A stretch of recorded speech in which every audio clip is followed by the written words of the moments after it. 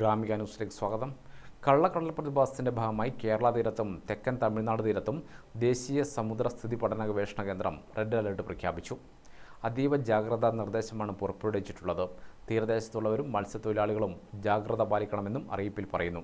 ജില്ലയിലെ തീരപ്രദേശങ്ങളിലുള്ള വിനോദസഞ്ചാര കേന്ദ്രങ്ങളിലെ പ്രവർത്തനങ്ങൾ താൽക്കാലികമായി നിരോധിക്കാൻ ജില്ലാ ടൂറിസം പ്രൊമോഷൻ കൗൺസിലിന് ജില്ലാ ദുരന്ത നിവാരണ അതോറിറ്റി നിർദ്ദേശം നൽകി.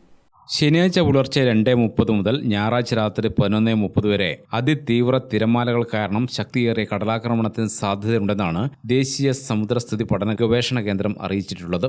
കടലാക്രമണത്തിന് സാധ്യതയുള്ളതിനാൽ മത്സ്യത്തൊഴിലാളികളും തീരദേശവാസികളും ജാഗ്രത പാലിക്കണമെന്നും അറിയിപ്പിൽ പറയുന്നു. കടൽക്ഷോഭം രൂക്ഷമാകാൻ സാധ്യതയുള്ളതിനാൽ അപകട മേഖലകളിൽ നിന്ന് അധികൃതരുടെ നിർദ്ദേശാനുസരണം മാറി താമസിക്കണം. മത്സ്യബന്ധന യാനങ്ങളായ ബോട്ട്, വള്ളം മുതലായവ ഹാർബറിൽ സുരക്ഷിതമായി കെട്ടിയിട്ട് സൂക്ഷിക്കണം. വള്ളങ്ങൾ തമ്മിൽ സുരക്ഷിത അകലം പാലിക്കുന്നത് കൂട്ടിയിടിച്ചുള്ള അപകട സാധ്യത ഒഴിവാക്കും. മത്സ്യബന്ധന ഉപകരണങ്ങളുടെ സുരക്ഷ ഉറപ്പാക്കേണ്ടതുണ്ട്. ബീച്ചിലേക്കുള്ള യാത്രകളും കടലിൽ ഇറങ്ങിയുള്ള വിനോദങ്ങളും പൂർണ്ണമായും ഒഴിവാക്കണം. വെള്ളിയാഴ്ച രാത്രി 10 മണി മുതൽ തന്നെ എല്ലാ ബീച്ചുകളിൽ നിന്നും ആളുകളെ ഒഴിവാക്കണമെന്നും അറിയിപ്പിൽ പറയുന്നു. കേരള തീരത്ത് ദേശീയ സമുദ്രസ്ഥിതി പഠന ഗവേഷണ കേന്ദ്രം റെഡ് അലർട്ട് പ്രഖ്യാപിച്ച പശ്ചാത്തലത്തിൽ ജില്ലയിലെ തീരദേശങ്ങളിലുള്ള വിനോദസഞ്ചാര കേന്ദ്രങ്ങളിലെ പ്രവർത്തനങ്ങൾ താൽക്കാലികമായി നിരോധിക്കാൻ ജില്ലാ ടൂറിസം പ്രൊമോഷൻ കൗൺസിലിന് ജില്ലാ ദുരന്ത നിവാരണ അതോറിറ്റി നിർദ്ദേശം നൽകി. നിലവിൽ മുഴപ്പിലങ്ങാട് ഫ്ലോട്ടിംഗ് ബ്രിഡ്ജ് അഴിച്ചു മാറ്റിയിട്ടുണ്ട്. DTPCയുടെ നേതൃത്വത്തിൽ മുഴപ്പിലങ്ങാട് ഡ്രൈവിൻ ബീച്ചിലേക്കുള്ള വാഹനങ്ങളുടെ പ്രവേശനവും താൽക്കാലികമായി നിർത്തിവെച്ചു. തീരദേശ പ്രദേശങ്ങളിൽ ജാഗ്രത പുലർത്തണം. കടലാക്രമണ ബാധിത പ്രദേശങ്ങളിൽ